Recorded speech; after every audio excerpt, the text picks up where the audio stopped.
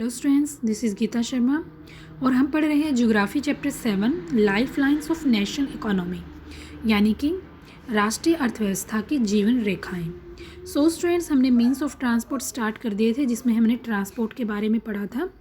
Transport में हमने सबसे पहले रोडवेज़ जो है रोडवेज़ वर्क के बारे में पढ़ा है कि जो रोडवेज़ है वो हमारा मोस्ट इम्पॉर्टेंट है। सभी की कंपेयर अगर हम करें तो हमारे देश के 56 लाख किलोमीटर हमारे देश में जो रोडवेज़ फैला हुआ है, और ये रेलवे से भी क्या है ज़्यादा बेस्ट माना गया है, क्योंकि जो रोडवेज़ है उसको हम कहीं भी क्या कर सकते हैं, सेट कर सकते हैं। जो रेलवेज़ में प्रॉब्लम आती है कि हम उसको हर जगह नहीं उसको बनाया जा सकता, लेकिन जो रोड हैं सड़कें हैं वो क्या है हम हर जगह बना सकते हैं। तो ये हमारे लिए मोस्ट इम्पॉर्टेंट है। तो हमने पढ़ा था कि जो हमारे रोडवेज़ है उसको हमने 6 पार्ट में डिवाइड किया हुआ है, जिसमें सबसे पहले जो था वो गोल्डन कोडिलेटियर सुपर हाईवे, यानी कि जो स्वर्णिम चतुर्भुज महामार्ग जिसको हम बोलते हैं, जो हमारे देश में कश्मीर से कन्याकुमारी तक है, या फिर जो हमारा साउथ कॉरिडोर है, नॉर्थ से साउथ कॉरिडोर तक फैला हुआ है, और जो ईस्ट टू वेस्ट है वो क्या है जो हमारा सिलचर असम से पोरबंदर तक फैला हुआ है। तो ये गोल्डन कोडिलेटियर सुपर हाईवे है हमारे देश का। जो नेक्स्ट है वो है नेशनल हाईवे। तो हमने राष्ट्रीय हाईवे के बारे में पढ़ा था कि जो राष्ट्रीय हमारा राजमार्ग है उसके बारे में हम पढ़ चुके हैं। तो नेशनल हाईवे के बारे में पढ़ा था, जो किसके अंडर आता है हमारा जो गोल्डन कोऑर्डिनेटर सुपर हाईवे, ये NHAI national highway authority of India के अंदर आता है। और जो हमारा नेशनल हाईवे है ये CPWD, जो हमारा CPWD है यानी कि जो हमारा सेंट्रल पब्लिक वर्क्स डिपार्टमेंट है, ये इसके अंडर आता है। ये इसका निर्माण करवाता है जो हमारे राष्ट्रीय राजमार्ग होते हैं। और जो स्टेट हाईवे होते हैं ये राज्य राजमार्ग होते हैं, जो हमारे एक स्टेट से दूसरे स्टेट को जोड़ते हैं। ये PWD जो है हमारा पब्लिक वर्क्स डिपार्टमेंट के अंडर ये आता है।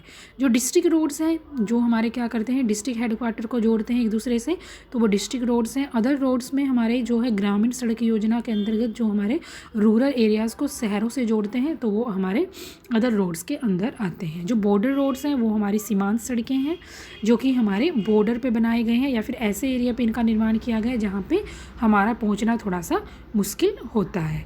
तो इस तरह से ये क्या है हमारे नेशनल हाईवे हैं, जो देखो इस मैप के जरिए इसको दिखाया गया है कि हमारे जो सुपर हाईवे जो हमने पढ़ा था नॉर्थ टू साउथ, यानी कि जो नॉर्थ से साउथ तक का जो कॉरिडोर है जो कश्मीर से कन्याकुमारी तक फैला हुआ है, और जो हमारा ईस्ट से वेस्ट तक है जो कि ईस्ट में सिलचर से लेके गुजरात में पोरबंदर तक फैला हुआ है। तो इस तरह से ये क्या है हमारे बिग मार्ग हैं जो एक दूसरे को जोड़ते हैं। इसके अलावा और भी बहुत सारे छोटे छोटे राजमार्ग हैं जो हमारे जो एक दूसरे को जोड़ रहे हैं। जो NH1 है जो हमारा ये सिरसा सूरीमा राजमार्ग है, जो ये क्या है मोस्ट इम्पॉर्टेंट है।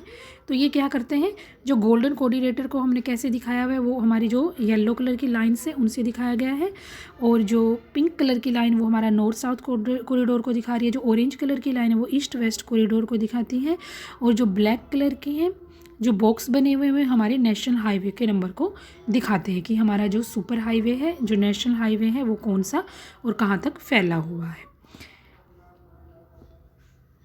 तो इस तरह से ये हमारा जो रोडवेज़ के बारे में हमें पढ़ा। तो जो रिसेंट ईयर्स की हम बात करें तो हमारा जो रोड नेटवर्क है वो हमारे देश के डिफरेंट पार्ट्स में फैल चुका है। तो आगे हम पढ़ते हैं रेलवेज़ के बारे में। जो रेलवे है हमारा यानी कि जो हमारा रेल जो योजना है, railways are the principal mode of transportation for freight and passenger in India. जो रेलवेज़ है वो क्या है हमारा आज के टाइम में एक बहुत ही मेन मोड है, और ट्रांसपोर्ट के लिए बहुत सारे पैसेंजर इसको यूज़ करते हैं, यानी कि बहुत सारे लोग इससे यात्रा करते हैं।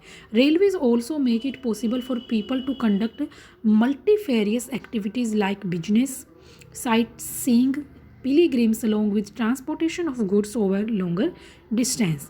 जो रेलवेज़ है तो उसके द्वारा क्या होता है हमारे जो लोग हैं जिनको क्या है काफ़ी दूर जाना होता है, कोई एक्टिविटी करनी है या तो बिजनेस से रिलेटेड हो या फिर साइट सीइंग हो, कोई साइट उनको देखनी है, या पिलीग्रिम्स कोई धार्मिक जगह पे जाना है, तो जो ट्रांसपोर्ट उनको करना है लॉन्गर डिस्टेंस का वो रेलवेज़ के थ्रू ईज़िली कर सकते हैं। यानी रेल से हम क्या है आसानी से बहुत जो डिस्टेंस की जगह है दूरी की जगह है उसको पार कर सकते हैं, वहाँ पहुँच सकते हैं। Apart from an important means of transport, the Indian railways have been a great integrating force for more than 150 years. इसके अलावा apart from an important means यानी हमारा जो ट्रांसपोर्ट है वो बहुत ही मोस्ट इम्पोर्टेंट है। और अगर हम इंडियन रेलवेज़ की बात करें तो 150 सालों के अंदर ये क्या है, हमारे देश में फैला है। ये ग्रेट इंटीग्रेटिंग हुआ है, बहुत ज़्यादा फैला है। 150 सालों के लगभग मीन्स हमारे देश में रेलवे लाइन बन रही हैं, रेल चल रही हैं, तो ये क्या है, हमारे लिए काफ़ी स्प्रेड हुआ है। Railway in India bind the economic life of the country as well. जो रेलवेज़ हैं हमारे देश में, ये क्या करता है, हमारी इकोनॉमिक लाइफ, जो हमारा आर्थिक जीवन है उसको बाइंड करता है। Accelerate the development of industry in agriculture. इसके अलावा जो डेवलपमेंट है, इंडस्ट्री है, एग्रीकल्चर है, ये सभी के लिए के डेवलपमेंट के लिए क्या है, मोस्ट इम्पॉर्टेंट है। The Indian railway is the largest public sector undertaking in the country. जो इंडियन रेलवे है हमारे देश का, वो लार्जेस्ट पब्लिक सेक्टर है हमारे देश में। The first train steamed off from Mumbai to Thane in 1853। हमारे देश में जो फर्स्ट ट्रेन चलाई गई थी वो मुंबई से थाने चली थी 1853 में। 1853 में सबसे पहले ये ट्रेन चलाई गई थी और इसने कितनी दूरी को कवर किया था, 34 किलोमीटर, 34 किलोमीटर की दूरी को इसने क्रॉस किया था। तो इंडियन रेलवे जो है is now reorganise into 16 zone. जो हमारा इंडियन रेलवे है वो इस टाइम 16 जोन में क्या है, डिवाइड है। The distribution pattern of the railway network in the country has been largely influenced by physiography, economic and administrative factor।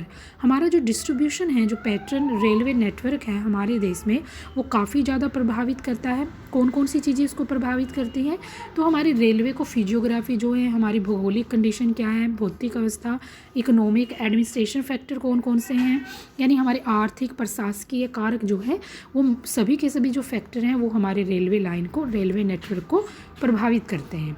The northern plain with their vast level hand. अगर हम northern area की बात करें तो हम क्या देखते हैं कि वहाँ पे जो प्लेन एरिया है काफ़ी ज़्यादा है, हाई पॉपुलेशन है, रिच एग्रीकल्चर रिसोर्सेज वहाँ पे हैं, मोस्ट फेवरेबल कंडीशन है वहाँ पे एग्रीकल्चर्स के लिए, उनकी ग्रोथ के लिए।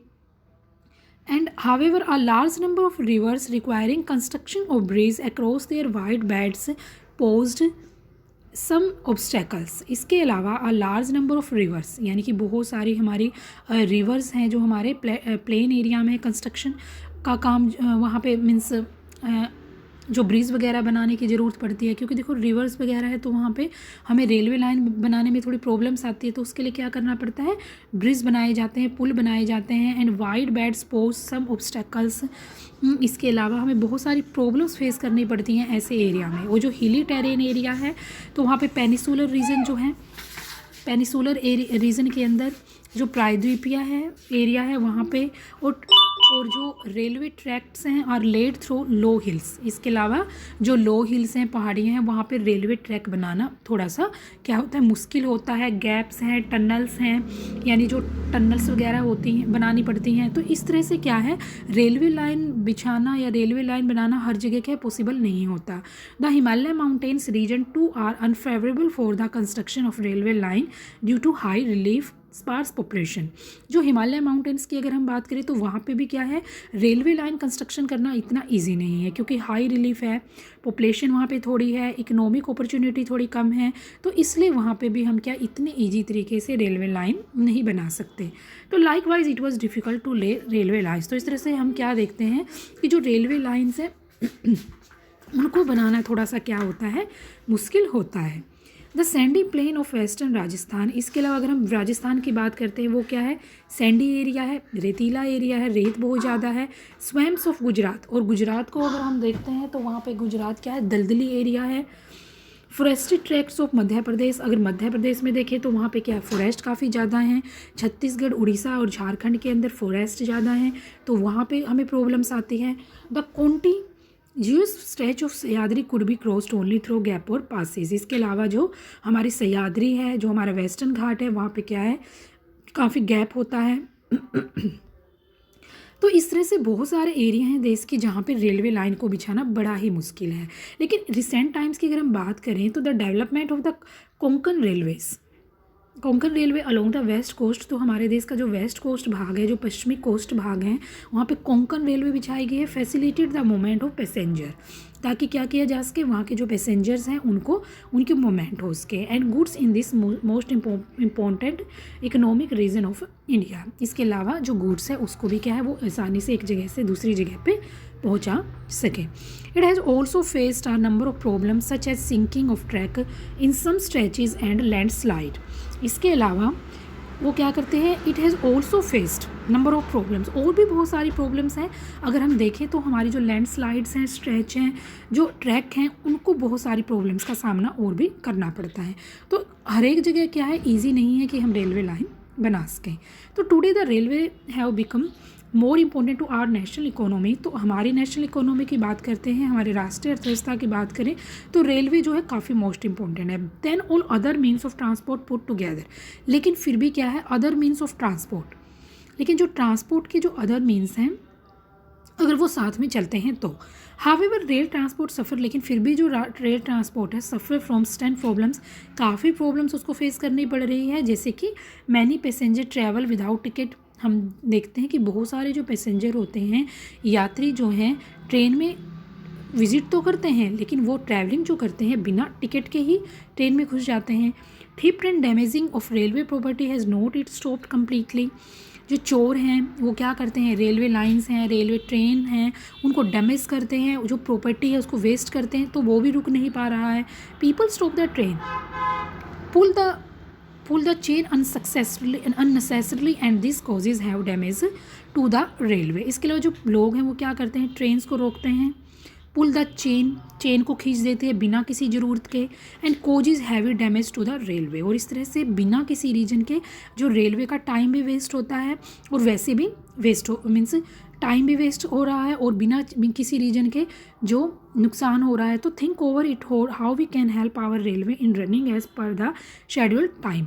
तो हमें सोचना चाहिए कि हमें किस तरह से जो रेलवे है उसका जो शेड्यूल टाइम है उसको हम क्या कर सकते हैं, प्रॉपर टाइम पे, यानी उसका जो टाइम है वो प्रॉपर चले। तो इस तरह से जो रेलवेज़ है हमारी, उसके बनाने में बहुत सारी प्रॉब्लम्स आती हैं। देश का हर एक हिस्सा ऐसा नहीं है कि जहाँ पे इजीली वैसे रेलवे लाइन हम बना सकते हैं या फिर ट्रेन वहाँ पे चल सकती हैं, क्योंकि कहीं पे प्लेट्यू एरिया है तो कहीं पे प्लेन है, कहीं पे रिवर्स हैं, कहीं पे माउंटेन्स हैं, कभी हिल्स हैं। इसके अलावा हम कुछ लोग भी क्या कर रहे हैं, मिलके क्या करें, उसको डैमेज कर रहे हैं, क्योंकि हम क्या करते हैं, हम जो रेल ट्रांसपोर्ट है वो हमारी वजह से भी सफ़र हो रहा है। बहुत सारे पैसेंजर बिना टिकट के चढ़ जाते हैं, कुछ चोरी कर लेते हैं, कुछ सामान को चुरा के ले जाते हैं, बिना किसी रीज़न के लोग क्या कर देते हैं, चैन को खींच देते हैं। तो इस तरह से काफ़ी सारी प्रॉब्लम्स हमारी जो रेलवे सिस्टम है उसमें आती हैं। तो आज के लिए इतना ही। Thank you, have nice day.